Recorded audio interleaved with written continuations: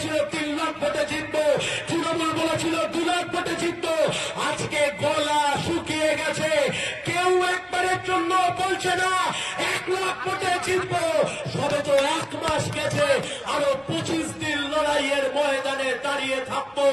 আপনি শুভেন্দু বাবু, আপনি বিরোধী দলনেতা, আপনার কাঁধে টাকার ব্যাগ আছে, আমার কাঁধে টাকা নেই, আমার হিম্মত আছে, আমি লড়বো, আমরা লড়বো, একসাথে লড়বো, লাল ঝান্ডাকে কাঁধে করে নিয়ে লড়বো।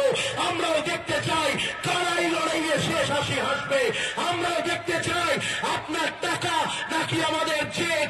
আমরাও দেখতে চাই আপনারা যারা মানুষকে ক্ষতি করেছেন, আপনারা যারা বেকার যুবকের সাথে প্রতারণা করেছেন, আপনারা যারা মা বোনেদেরকে শান্তিতে থাকতে দেননি, আমরা বলছি এই লড়াইয়ের শেষ দেখবার জন্য আমরা লড়তে নেমেছি।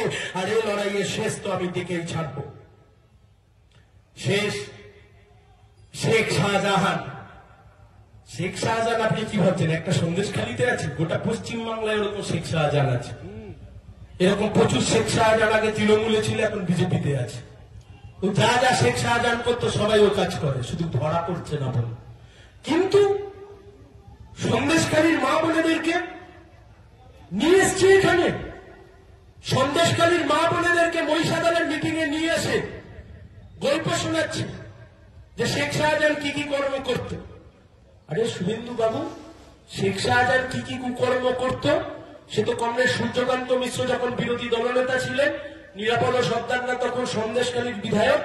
এখন অব্দি বিধানসভার প্রসিডিং এ লেখা রয়েছে, লাগলে আপনাদেরকে দিয়ে দেবো সে প্রসিডিং এর পাতা।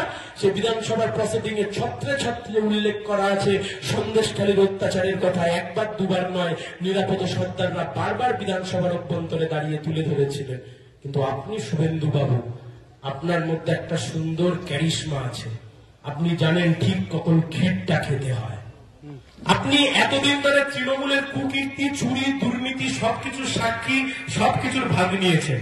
আপনি এখন এসছেন ক্ষীর খেতে।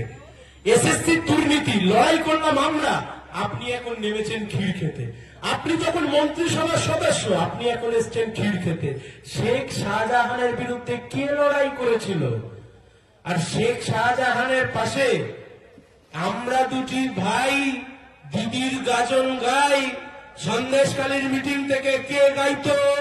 শেখ শাহজাহান আর শুভেন্দু অধিকারী। 2019-20 সালে সন্দেশখালীর মঞ্চে আমরা দুটি ভাই দিদির গাজন গাই। একসাথে মানুষের ক্ষতি করেছি, একসাথে মানুষের লুট করেছি, একসাথে অধিকার লুটেছি, একসাথে তোলাবাজি করেছি। এখন একজন পদ্ম ফুলে, একজন জোড়া ফুলে। তাই জন্য মানুষকে আমি এপ্রিল ফুল বানাবো ভেবেছেন, আপনি এপ্রিল ফুল বানাবেন আর আমরা ছেড়ে দেব। আপনি যতবার সন্দেশখালীর মায়েদেরকে এনে আপনি প্রমাণ করবার চেষ্টা করবেন যে এই লড়াই আপনি লড়েছেন, ততবার এই ছবি তমলুক লোকসভার মানুষের সামনে তুলে ধরবো। আপনার আসল মুখ আর আপনার মুখোশ মানুষের আজকে জানবার সময় এসছে। তাই এই যে লড়াই আমরা লড়ছি, এই লড়াই আমরা লড়ছি, আমরা প্রতিজ্ঞাবদ্ধ এই লড়াইয়ের আমরা শেষ থেকে ছাড়বো। আর আপনারা যে কমরেডসরা এখানে উপস্থিত হয়েছে, আপনারা যারা মাঠে ময়দানে হাজার হাজার সায়ন ব্যানার্জি হয়ে আগামী 1 মাস লড়াই করবেন, আপনাদেরকে বলছি দম্বার পাত্র আমি নই, লড়বার ছেলে। কে একটা দেখে বলল এ তো বিচ্ছু ছেলে আছে, আমি বললাম না, আমি ডান পিঠে ছেলে আছি। নন্দীগ্রামে সিপিআইএম এর দেওয়ালের ওপর কে কাদা দিয়ে গেছিল, ওই কাদা ওখানে দাঁড়িয়ে ধুয়েছি। কোন বিজেপির 25 পয়সার নেতা সে আমাদের ফ্ল্যাগ খুলে দিয়েছিল, দাঁড়িয়ে থেকে আরো 10টা ফ্ল্যাগ মেরে এসছি। তাই তুমি যদি মনে করো রাতের অন্ধকারে কাপুরুষের মতো দেওয়াল মুছে দিয়ে ফ্ল্যাগ পেস্টুন খুলে দিয়ে তুমি আর হমকাবে চমকাবে, তোমার সাথে ময়দানেই দেখা হবে বন্ধু। পার্থকে যদি জেল খাটাতে পারি, অত বড় বড় মেড্রাস রুইগুলো যদি জেলের মধ্যে যেতে পারে, তোমার মতো 2-4 আনার পুটিকে জেলে পুড়তে 5 মিনিটও সময় লাগবে না, একটাকেও পাশে পাবে না।